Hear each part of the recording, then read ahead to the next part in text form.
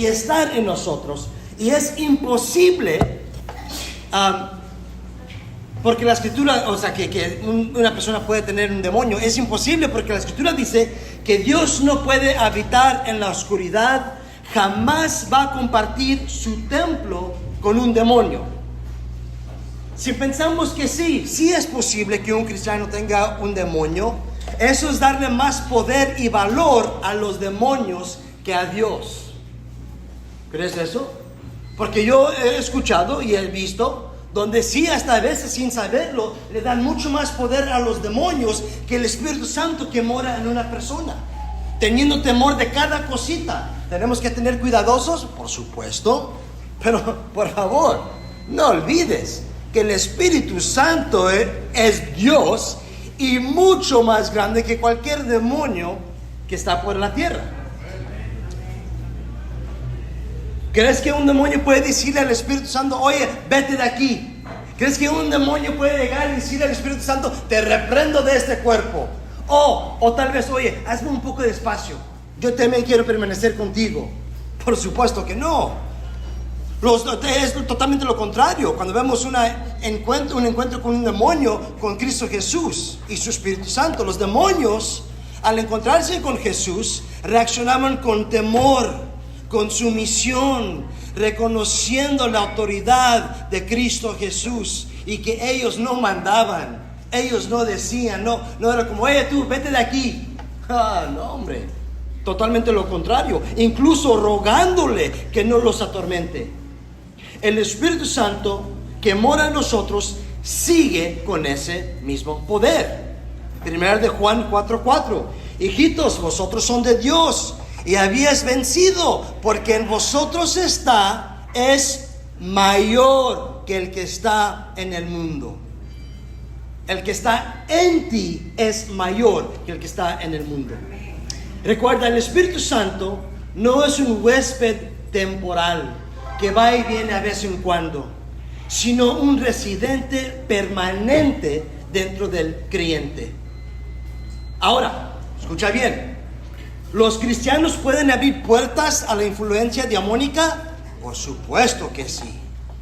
Y eso te puede llevar a ser oprimido por demonios, atacados por las tinieblas. Eso sí sucede.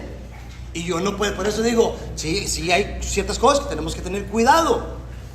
Y a veces Dios sí permite eso para que la persona se pueda arrepentir. Hay un caso en 1 Corintios 5 donde hubo un pecado de inmoralidad en la iglesia. Y mira lo que dijo Pablo, 1 Corintios 5:5. Entreguen a ese tal a Satanás. Ay, se me fue mi...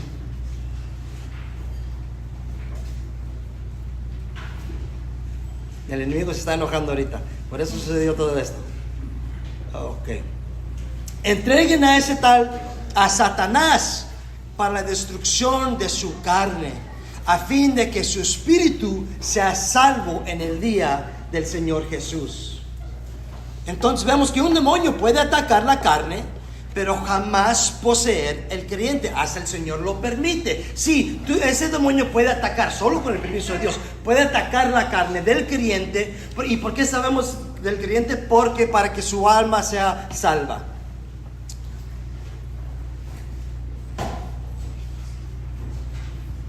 Ahora, me recuerdo de las palabras de Pablo, 2 Corintios 12:7. Y porque la grandeza de las revelaciones no me levanté descomedidamente, me es dado un aguijón en mi carne, un mensajero de Satanás que me abofetee para que no me enaltezca sobremanera. De nuevo, los demonios pueden atacar la carne, pero no morar adentro del creyente. Totalmente imposible. Ahora, gran parte del razonamiento de atrás del concepto de la demonización de un cristiano se basa en la experiencia personal. O sea, la razón que a veces pensamos que sucede eso es porque tal vez a lo mejor alguien vio algo suceder con un cristiano y decimos, espera, esta persona está endemoniada y sabemos que es cristiano. Y por eso ya adaptamos una doctrina que pensamos, un cristiano entonces sí puede ser endemoniado.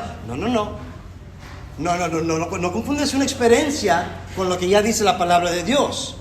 Mira, ya estudiamos la semana pasada que hay miles de personas que tienen una fe intelectual, que tienen hasta, podemos decir, características por afuera que decimos, este es cristiano. Y no lo eran. Ya vimos el pasaje y lo voy a leer otra vez en Mateo 7. Muchos dirán en aquel día, Señor, Señor, ¿no profetizamos en tu nombre? En tu nombre lanzamos demonios, en tu nombre hicimos muchos milagros. Y entonces les protestaré, nunca os conocí, apartaos de mí, obradores de maldad. Dice Dios, nunca los conocí, jamás eran hijos. Puede ser que a nosotros nos engañen, que tengan la presencia de ser cristiano. Y por eso pensamos, entonces, si esa persona es cristiana, tal vez, y está poseído por un demonio, entonces mi conclusión es que un cristiano puede ser poseído por un demonio. Sin embargo, es crucial que no permitamos que la experiencia personal influya en nuestra interpretación de las Escrituras. Más bien debemos filtrar nuestras experiencias personales a través de la verdad de las Escrituras.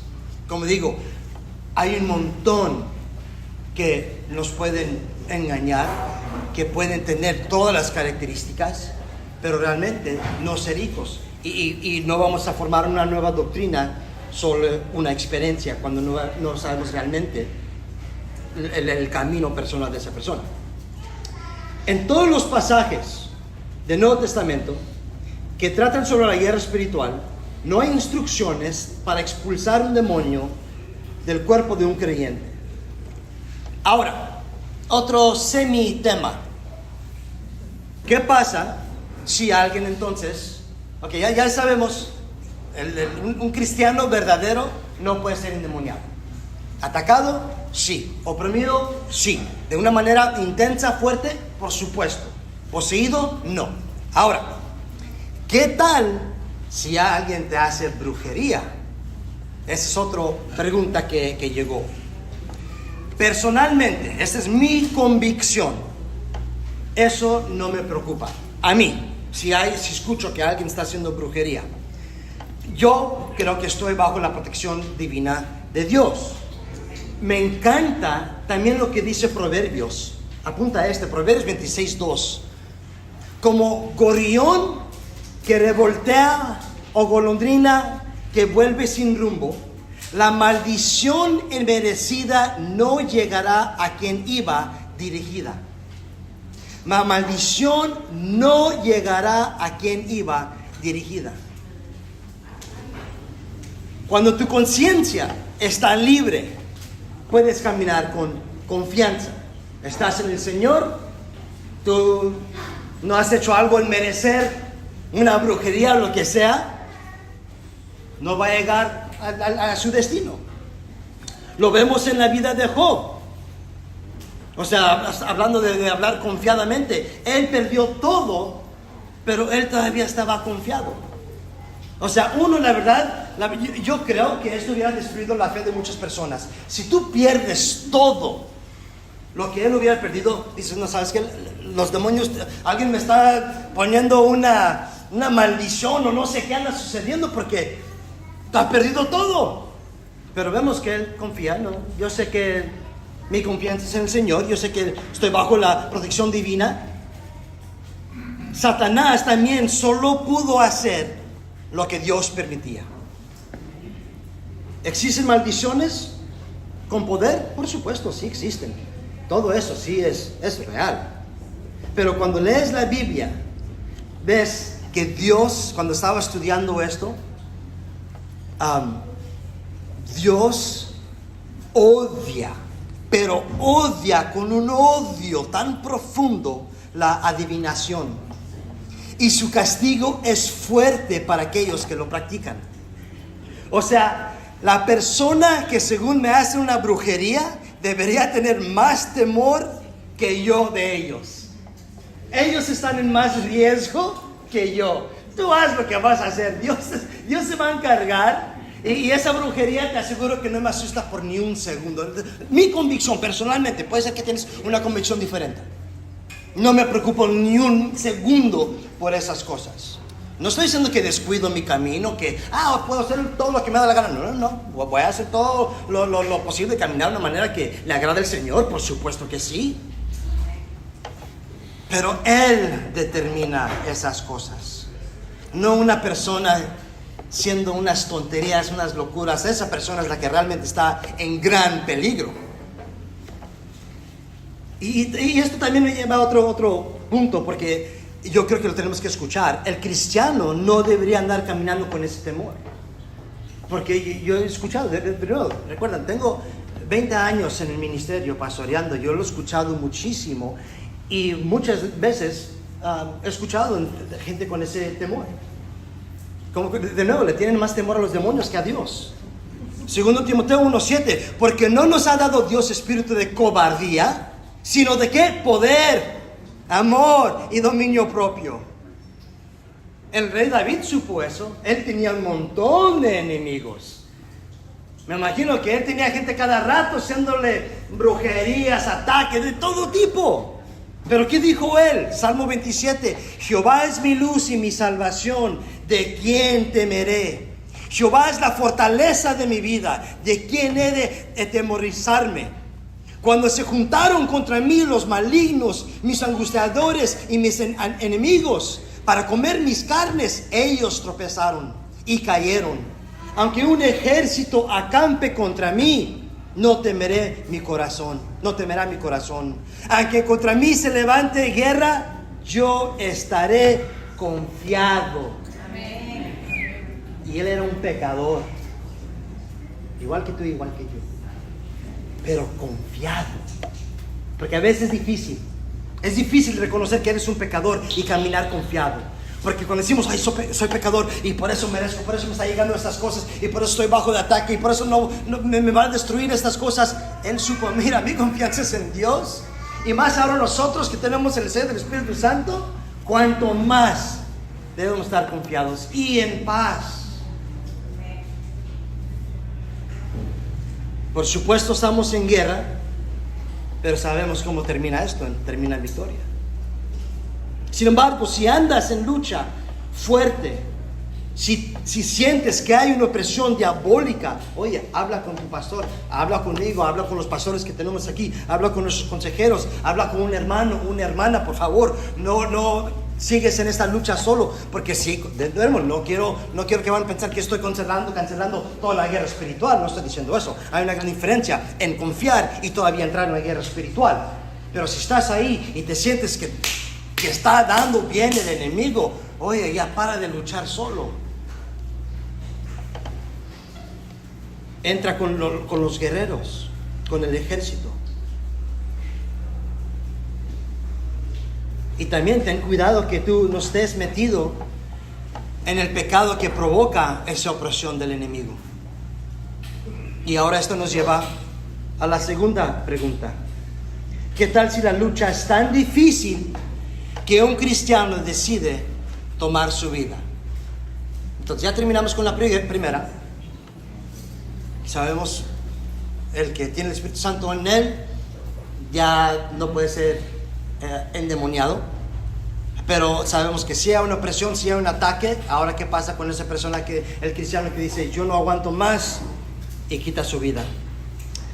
Las estadísticas recientes dicen que más de 1 millón de personas se suicidan cada año. Y eso sigue creciendo. El enemigo está trabajando duro en ese tema. Lo triste es, el suicidio es una solución permanente para problemas temporales. O sea, ni se debe de considerar. En el gran esquema de las cosas, no hay nada que justifique al suicidio. Problemas que hoy parecen tan abrumadores serán recordados años después como prácticamente insignificantes. ¿Qué anda pasando aquí? Estoy grabando. Okay. La Biblia menciona 7 personas que se suicidaron. Ya después puedes estudiar, no me quiero desviar tanto de esto. El detalle es que de los 7, ninguno era muy buena persona. Tal vez a lo mejor Sansón. Puede ser que estaba repetido al último. Pero de los 6, entonces, no fueron buenas personas. O sea, no vemos hijos de Dios que se quitaron la vida. Claro, sí hubo hijos de Dios que clamaron: Dios, por favor, quítame la vida. Elías, Jonás, Hasán. Tal vez algunos de ustedes. No lo dudo, sí o no. Hemos llegado a ese punto y decimos: ay, Señor, ya estoy harto, por favor, llévame. Eso no sucede. Pero es otra cosa tomar ese paso. Vemos que los justos nunca tomaron ese paso. Sin embargo, la Biblia en ningún lugar dice explícitamente que es pecado suicidarse, pero sí condena el asesinato, y el suicidio es autoasesinato. Por lo tanto, el suicidio es pecado. O sea, llegamos a esa conclusión por ese medio. O sea, aunque no lo dice así muy claramente, esa es la conclusión. Entonces, la gran mayoría de la gente estará de acuerdo con nosotros en que el suicidio es un pecado. Sin embargo, el debate comienza con la pregunta si el suicidio es perdonable. Yo creo que esa es la pregunta. Creo que si no todos podemos llegar de acuerdo, es un pecado, pero ¿se puede perdonar ese pecado? Mi respuesta es esta, y no es tan fácil. Para el cristiano puede ser que sea perdonable porque estamos bajo la gracia de Cristo, pero sería un gran riesgo. Quitar tu vida puede ser la blasfemia contra el Espíritu Santo porque estás negando el plan de Dios. Ya hablamos la semana pasada que la obra del Espíritu Santo es darte convicción para cambiar tu vida, para vivir para Dios. El suicidio es decir: no quiero. Entonces, de una mano, ¿puede ser perdonado? Puede, porque algún cristiano a lo mejor cometió el grave error. A lo mejor tomó pastillas y luego se arrepintió: híjole, ¿por qué hice esto? Cualquier cosa, y puede ser que sí sale del cielo. No, para mí no lo dudo. Pero de la otra mano, puede ser que eso es porque ya rechazaste el plan totalmente de Dios. Por eso digo, es un gran riesgo. No lo hagas, por supuesto. Si no eres creyente, Dios puede redimir tu vida y darte un verdadero propósito a través de Cristo Jesús. Si eres creyente, Dios ha redimido tu vida, y no importa cuán terribles son las circunstancias actuales, Dios puede lograr grandes cosas por el resto de tu vida. Si te llegan esos pensamientos, puede ser que estás bajo un gran ataque diabólico, como ya lo hablamos. El detalle es que a veces buscamos salida con alcohol, drogas o más medicamentos, y eso nos lleva más adentro de las tinieblas. O tal vez pensamos que con dinero o más recursos puedo salir de esta bronca. Esto solo se arregla espiritualmente. Efesios 6 nos dice que tenemos que caminar con la armadura de Dios. Así tenemos que luchar con lo espiritual. No podemos pelear esas cosas con la carne, porque dice que nuestras batallas son contra potestades, contra gobernadores de las tinieblas de este siglo, contra huéspedes espirituales de maldad en las regiones celestiales. Y aquí no vamos a dar todo un estudio de la armadura de Dios, pero sí hay dos cosas que nos dice. Bueno, antes de eso, primero dice: fortaleceos en el Señor y el poder de su fuerza, vestidos con su armadura, es lo que dice. Y dos cosas que menciona es: señados con la verdad, y eso es porque todo ataque del enemigo es una mentira. Es lo que es. Si escuchas esas voces, si crees que ese es el mejor plan, es una mentira, no lo escuches. Satanás es un mentiroso, y por eso tienes que tener ese cinturón de verdad. Él es el rey de mentiras. Él te dice: tú no eres hijo de Dios. ¿Tú crees que realmente eres salvo? Yo te conozco. Nadie te conoce como yo. Y luego nos condena usando nuestras fallas. Pero el cinturón de verdad nos dice que si confesamos nuestros pecados, Él es fiel y justo para perdonarnos los pecados y para limpiarnos de toda maldad. Podemos decir, ok, sí me perdona, pero no soy bueno, no soy muy buena persona. Pues eso nos lleva a la segunda amargura, la coraza de justicia. Sí, no eres buena persona. A lo mejor no eres muy buen cristiano. Pues recuerda que por eso tienes la coraza de justicia. Porque sin eso, sí, te puede matar fácil el enemigo. Pero tú tienes la justicia de Cristo, no la tuya. No es nuestra propia justicia ganada. No es un sentimiento de justicia, sino una justicia recibida por la fe en Jesús. Por la sangre de Cristo soy justificado y ahora Dios me ve como ve su Hijo, Cristo Jesús, sin mancha. ¿Eres el mejor o no el mejor cristiano? Eso no importa, porque estás con la justicia de Cristo. Última pregunta. ¿Qué pasa con aquellos? ¿Fue claro esas dos preguntas hasta ahorita? ¿Qué pasa con aquellos que nunca tuvieron la oportunidad de escuchar el Evangelio? ¿Van al infierno? Déjame primero decir, todas las personas son responsables ante Dios, hayan oído hablar de Él o no. La Biblia nos dice que Dios se ha revelado claramente a todos por medio de dos cosas: la creación y la conciencia del hombre.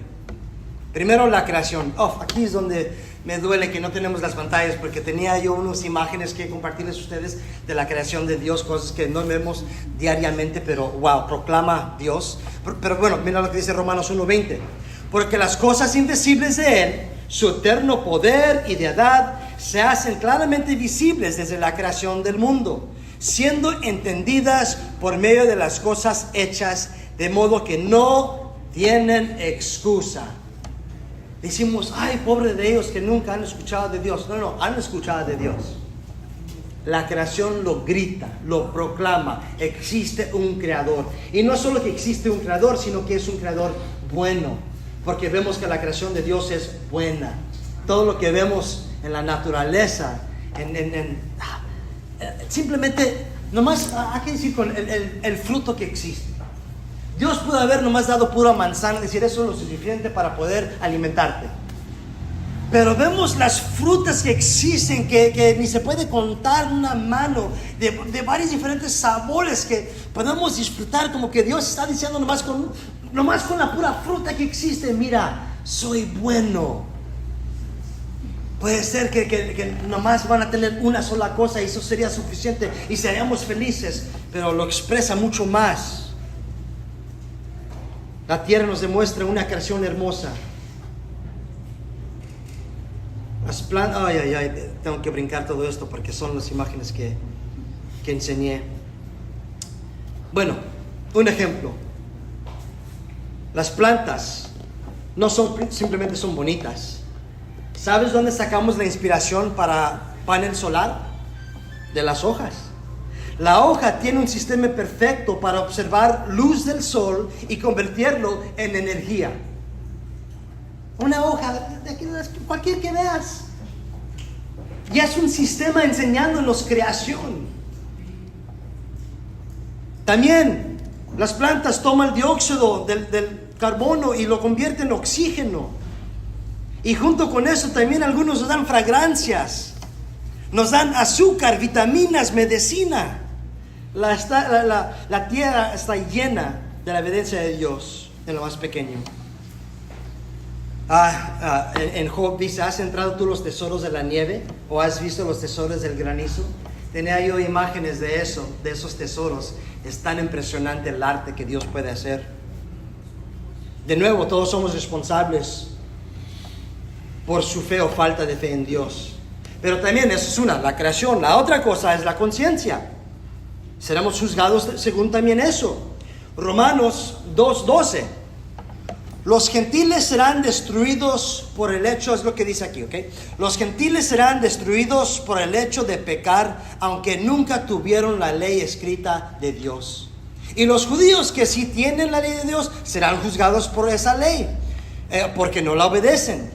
Pues el simple acto de escuchar la ley no los hace justos ante Dios, es obedecer la ley lo que nos hace justos ante sus ojos. Aun los gentiles, quienes no cuentan con la ley escrita de Dios, muestran que conocen esa ley cuando por instinto la obedecen, aunque nunca la han oído. La Escritura nos está diciendo, mira, los que nunca han escuchado, te aseguro que ellos pueden ver y que pueden sentir la ley moral en ellos, sabiendo entre lo bueno y lo malo. Y la cosa es, no es tanto si lo leíste o lo escuchaste, ¿qué haces contra esa conciencia? Lo que está diciendo, así los voy a juzgar. No los voy a juzgar tanto porque lo leyeron todo, porque lo escucharon todo, sino cómo lo aplicaron. Si han escuchado el Evangelio o no, todos entienden que existe la ley moral y que es una ley suprema. Vi un documental, muchas gracias, de tribus en las selvas que llevan años matándose. Nunca han escuchado el Evangelio. Nunca han escuchado los 10 mandamientos. Y ellos saben que es malo, pero no les importa. Sigan matando. Hay una convicción ahí. Van a ser culpables porque entienden que todavía es malo. Han sin leído lo que dice la palabra del Señor. Déjame leer algo que dijo otro pastor. Ya casi voy terminando. Cuando la gente pregunta, ¿qué le sucede al inocente en África que muere sin haber escuchado el Evangelio? Yo diría, sin lugar a dudas, que va al cielo. Sin embargo, antes de que empiecen a etiquetarme hereje, consideren si hay un inocente en África. Entonces no necesita un Salvador. Ese es precisamente el problema. No hay ningún inocente en África, ni en Asia, ni en México. Todos hemos rechazado el conocimiento de Dios. Así que no somos inocentes. Todos somos pecadores. Todos merecemos el juicio de Dios. Y Él tiene el derecho de destruir toda la tierra. Eso será lo justo. Imagínate esta creación. Mira cómo somos. Mira cómo no tienes que ir lejos para ver la maldad que existe aquí. Cada mañana yo veo las noticias, lo que sucede aquí en Acapulco, aquí en unas calles. Dios, créeme, tiene el derecho de destruir todo. Y Él sería justo. Pero no lo hace porque todavía hay gracia, ¿verdad? Entonces, las evidencias están ahí. Pero tenemos que entender algo muy claro. Romanos 1:18 dice, porque la ira de Dios se revela desde el cielo contra toda impiedad e injusticia de los hombres que, escucha bien, detienen con injusticia la verdad. O sea, dice que pueden ver que existe un Dios, pero detienen la justicia. Detener es, si alguien está empujando, alguien va a entrar por medio de una puerta y tú vas y corres y empujas esa puerta para cerrarla. Es conscientemente entender que alguien quiere entrar, pero estás haciendo el esfuerzo. Es lo que está diciendo Romanos. Que detienen la verdad, entienden pero no lo quieren recibir. Pero es sumamente importante entender esto.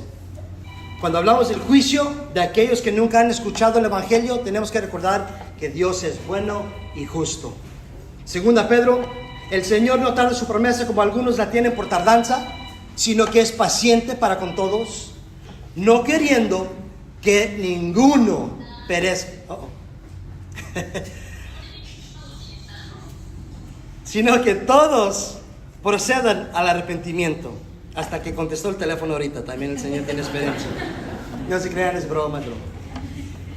Pero Él es lento porque Él quiere que todos lleguen. O sea, Él no es frío como animado. ¿No escuchaste?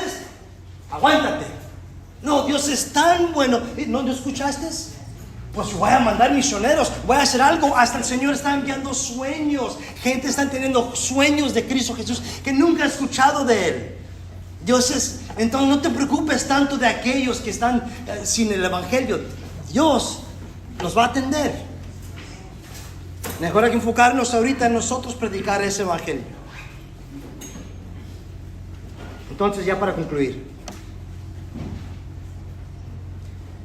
el creyente solo puede tener un espíritu que mora en él, y ese es el Espíritu Santo. Si hay una lucha contra potestades fuertes, pero no pueden poseer el Hijo de Dios. Segundo, suicidio sí es un pecado, y aunque Dios puede perdonar los pecados, es un gran riesgo quitar tu vida. Y por último, nadie está fuera del alcance de Dios. Aunque vivan en las selvas del Suramérica o los desiertos de África, Dios es justo en su juicio. Amén. Amén. Espero que puedan llegar para la próxima. Vamos a hablar sobre los dones del Espíritu Santo, el bautismo del Espíritu Santo, que es hablar en lenguas y todas esas cosas también. Pero yo creo que ya la próxima sería el último día de las preguntas y seguimos con Romanos. Pero si todavía tienes una pregunta y dices, ay, tengo que preguntar, no es tarde, todavía puedes poner tu pregunta en la caja, pero ¿qué tal si nos ponemos de pie para orar? Invito a Elías a ver si podemos cantar una breve con el puro coro. Gracias por aguantar, yo sé que no es fácil sentar ahí y en este sudor, pero espero que el mensaje fue de bendición. Mi Dios, muchas gracias por quitar cualquier duda, Señor.